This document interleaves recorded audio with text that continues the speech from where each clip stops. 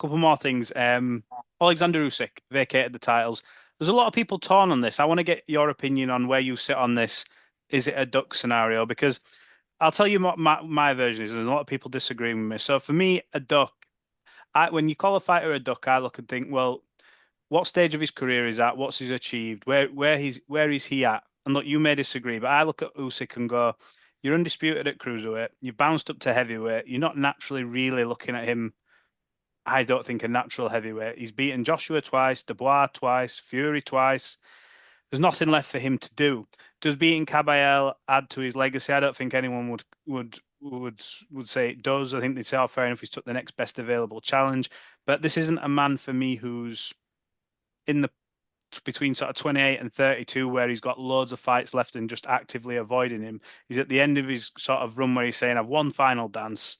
I'm going to let all these guys fight for the belts. So for me, that isn't a duck. But I see people online going, he's ducking Kevin. And I'm like, is he really? I find that word quite hard to use for Alexander Usyk when I look at what he's done.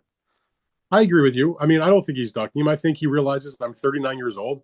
I've had a long career. People may look at his record and see he's only had 25 professional fights, but he had hundreds and hundreds of amateur fights, not to mention a handful of fights in the World Series of Boxing. So there's even a few more there. Look, he's at the end. He's done what he set out to do. He made crazy amounts of money over the last few years with the big heavyweight fights, certainly with the two Fury fights and the Joshua fights. So he's done very well in that respect. He has a legacy that is as good as it gets in terms of that being undisputed in two weight classes, all in the four belt era, twice at heavyweight. Really should have only been once, but he got, stripped or had to give up one of the belts. So it's kind of a hollow number, but the reality was he's still a two-time undisputed heavyweight champion. And he just had a really tough fight, way, way harder than anybody had expected against Rico Verhoeven, not even an actual boxer, famed for his kickboxing exploits, but he did well against Alexander Usyk. He still got the knockout Usyk did. And, if he wants to play out the string, and I'd rather see him do what he did, which is to vacate, than to try to hold on to all the titles and hold them hostage. Now, the WBC was very clear. They were going to, he was either going to fight the mandated fight against Caballero, which would have been a hell of a fight. And I'm sure if they did the fight in Germany, would have been a gargantuan crowd in a big stadium because you'd have all the German fans for Caballero. But there's a zillion Ukrainians that live in that part of the world also, and in Europe and Germany, Poland, and all that. Would have been a great promotion, I am sure. If he decided I don't want to do that, okay. But again, he gave up the title. So I don't think it's a duck because at the end of the career, we all know where he's at. And I thought that, I would have liked to see the fight for sure. Same. But I'm not mad at him about that. I mean, he gave up the belts. Look, people can argue, and I've already had my say online a little bit about this. I'll die on the hill. He is still the lineal champion. He's going to defend the Ring Magazine title. The Ring Magazine title is emblematic typically of the lineal champion. You do have to, at some point, fight a ranked guy. But at this point, as I've said to you, I think in other times we've had conversations, this era of heavyweight boxing is coming to a close. And when I say this era, I'm talking about Tyson Fury, Alexander Usyk, Deontay Wilder, Anthony Joshua. Those are the biggest names of that time period. I think he's probably going to wind up fighting Wilder, although Wilder's manager who I spoke to, Shelley Finkel, in the last couple of days was like, look, we would love to have that fight. They were looking to do that fight before he fought Chisora and before Usyk fought Verhoeven. He said they hadn't been contacted yet. We'll see if they can make that. And what the giveaway is, why I think that probably will be the opponent, or at least the one that makes the most sense, is because Usyk has said, and his team has said, they want the last couple of fights or last fight to be in the United States. He's only fought here 3 times, twice in cruiserweight title defenses, several years ago. And then when he made his heavyweight debut, he fought his first heavyweight fight in Chicago. But if he wants to come to America and finish things up, if you're coming to America, what's the biggest fight you can make in America with another heavyweight?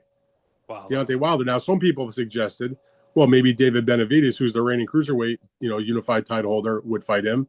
I mean, I'd probably be a good promotion, and nothing negative to say about David, but Wilder's a way bigger name. And that's the guy that Usyk himself has identified as somebody he would like to fight. They're both in their, near the end of their careers. They're both, only separated by about a year or so in age. One guy's, I think Deontay's now 40 and Usyk is 39. Maybe Deontay's 41. Point is they're much closer in age than Benavidez or, some of the other top guys in and around the weight class. So good luck to him. But again, Kabiel will get ordered to fight the next contender. You got the WBA now only has Gassiev as its title holder. He's scheduled to fight Tony Yoka coming up in July. And then the IBF will take care of its order. They already had Frank Sanchez, just became the number one contender with his big knockout against Richard Torres. If you take a look at the rankings, which I've done, number 2 in the IBF is vacant. And the 3 and 4 spots are occupied by Filip Hrgovic and Moses Itama.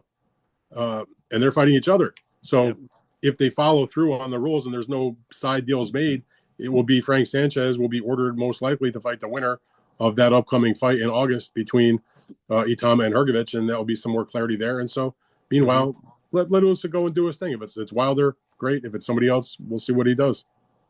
I'm glad you agree with me because when I was going down that big speech there, I thought, "Oh shit!" Like he might tear me a new one because there's so many people online saying he's a I mean, duck. I'm not going to tear you a new one because I respect your No, opinion. no, And, but when you're each their looking own. around, I put a little tweet out about it, and I was like, I got a lot of likes, and I was like, oh, I thought I was talking sense, and then I saw a few going, oh, it's so obvious he's ducking. I'm like, Not everybody's going to agree on everything. I mean, oh, I that's know, just the but nature of life. you just think I just don't get it. I saw just was weird a few hours ago. I was out and about. Vladimir Klitschko's put a picture out saying something big's coming, and he's got a picture with um, Alexander Krasik. I think it's Boxing King Media's just put it out here saying that fueled speculation regarding a potential comeback, saying something big is coming back. Have you heard anything about Vladimir Klitschko and I him mean, I haven't potentially heard anything, returning? nothing in particular. I mean, Vladimir at various times over the last few years, once or twice, has sort of toyed with the idea of coming back. Uh, I don't know if he's going to. Him and Uh, Usyk well, I on last doubt. dance. Nah, I doubt that because number one, why would they do that in the United States? Yeah. Number two, you never say never, but you remember for most of the career, it was the Klitschko brothers that were the promoters of Usyk. I mean, I don't think they want to fight their fellow Ukrainian countrymen. I mean, like I said, you never say never. Whatever the big announcement is, if there is a big announcement, I certainly hope it's not Vladimir Klitschko coming back in the ring. He had a great career. He finished it in the best way you could, even if it was a loss. It was the fight of the year Hmm. in a great battle against Anthony Joshua at Wembley Stadium. I mean, I was at that fight, one of the great events I've ever covered in my time doing this. Vladimir is, in his mid 40s now, or maybe Hmm. I don't know his exact age, but he doesn't need to be fighting anymore.